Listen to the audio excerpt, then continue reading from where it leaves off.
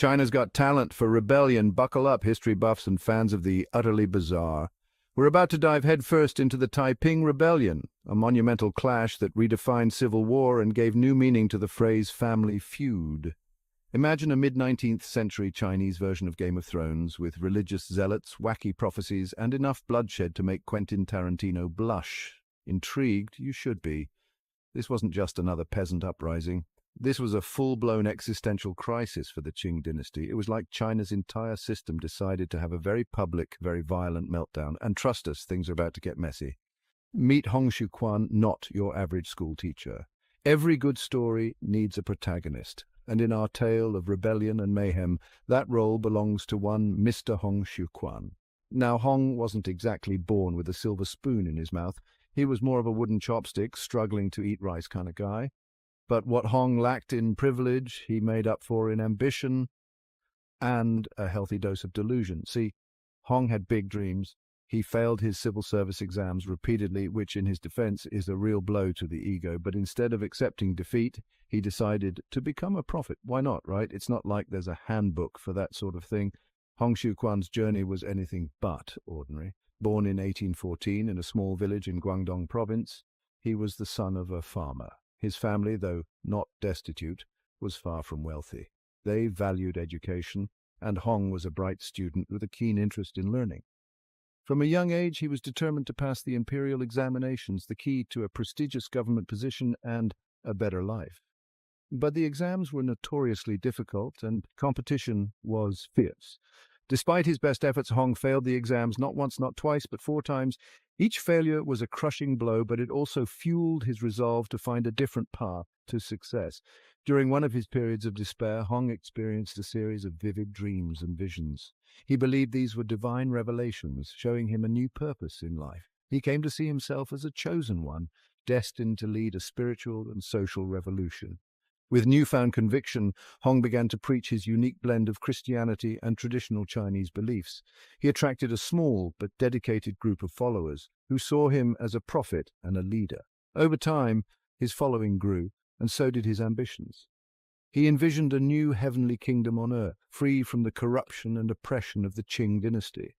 This vision eventually led to the Taiping Rebellion, one of the largest and bloodiest conflicts of the 19th century. Hong Xiuquan's story is a testament to the power of belief and the lengths to which one man will go to achieve his dreams. So, while he may have started as just another failed scholar, Hong Xiuquan's journey was anything but average. His legacy, for better or worse, left an indelible mark on Chinese history. The Qing dynasty, more like the Bla dynasty. Now, let's talk about the Qing dynasty, the reigning champions of "we're in charge, we think." This dynasty, which ruled China from 1644 to 1912, was the last imperial dynasty of China. They started off strong, expanding the empire and bringing stability after the chaos of the Ming dynasty's fall. But as time went on, things started to go downhill. By the 1800s, they were starting to resemble that one friend who peaked in high school. A bit out of touch, a tad corrupt, and desperately clinging to the good old days. The officials were more interested in maintaining their own power and wealth than in addressing the needs of the people. They ignored the signs of change and the growing discontent among the population. Enter Hong Xiuquan, stage left, with his newfound religious fervor and a message that resonated with the downtrodden masses. Hong was a failed scholar who had a series of visions that convinced him he was the younger brother of Jesus Christ. He believed it was his divine mission to overthrow the Qing dynasty and establish a new heavenly kingdom on earth. This whole system is rigged. Let's start over. Hong's message struck a chord with many who were suffering under the Qing's oppressive rule. He promised a new era of equality and justice, where the corrupt officials would be overthrown and the people would have a say in their own governance. He declared himself the younger brother of Jesus, which, you have to admit, is a bold move, and promised his followers a utopian kingdom where everyone was equal and the rice flowed freely. This vision of a better future attracted thousands of followers who were willing to fight and die for the cause. The Taiping Rebellion, as it came to be known, was one of the deadliest conflicts in history, resulting in the deaths of millions. Despite its ultimate failure, it exposed the weaknesses of the Qing dynasty and set the stage for further uprisings and the eventual fall of the imperial system. The dream of a utopian kingdom may have been crushed, but the desire for change and justice lived on in the hearts of the Chinese people. God's army armed with faith and swords. Word spread like wildfire through China's disgruntled underclass.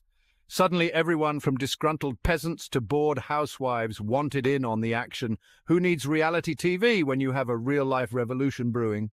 Hong's ragtag band of followers, dubbed the Taiping Heavenly Kingdom, quickly morphed into a force to be reckoned with. They weren't just fighting for food and shelter, they were fighting for a divine mandate. At least that's what their leader, who may or may not have had a direct line to the Almighty, told them. The Taipings weren't just content with protesting, they wanted to build a new world, brick by bloody brick. And what better place to establish their utopia than Nanjing, one of China's most prosperous cities? After a fierce battle that would make even the most hardened general wince, they seized control of the city and declared it their heavenly capital. It's unclear whether their version of paradise included affordable housing or a decent public transportation system, but they did manage to hold on to Nanjing for a surprising amount of time. You'd think the Qing dynasty would be able to handle a little internal squabble, right? Wrong. Remember that whole past their prime thing? They were losing badly. Desperation makes for strange bedfellows, so the Qing turned to the West for help. The British and the French, never ones to miss a good geopolitical power play, especially when there were profits to be made, decided to lend a hand, or rather a few thousand well-armed soldiers, because global politics is basically a giant game of Risk played with real lives. Despite their initial success and divine backing, allegedly, the Taipings couldn't hold out forever. Their rise was meteoric, fueled by a vision of a new heavenly kingdom on earth. But as with many revolutionary movements, the seeds of their downfall were sown early on. Internal strife, strategic blunders, and those pesky Western powers eventually caught up with them. The Taiping leadership was plagued by infighting, with key figures vying for power and influence. This internal discord weakened their ability to present a united front against their enemies. Nanjing fell after a brutal siege, marking the beginning of the end for Hong Xiuquan and his dream of a heavenly kingdom. The siege was relentless, with the Qing forces employing both traditional and modern tactics to break the Taiping defenses. The fall of Nanjing was not just a military defeat, but a symbolic one, shattering the morale of the Taiping followers. History is written by the victors, as they say, so the official record isn't exactly kind to the Taipings. The Qing dynasty, with the help of Western powers, painted the Taipings as heretics and rebels, erasing much of their ideology and vision from the annals of history.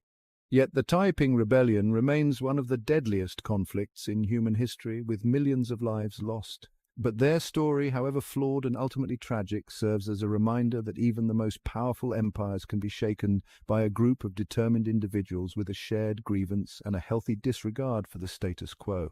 The Taiping Rebellion, despite its failure, inspired future generations to challenge oppressive regimes and dream of a better world.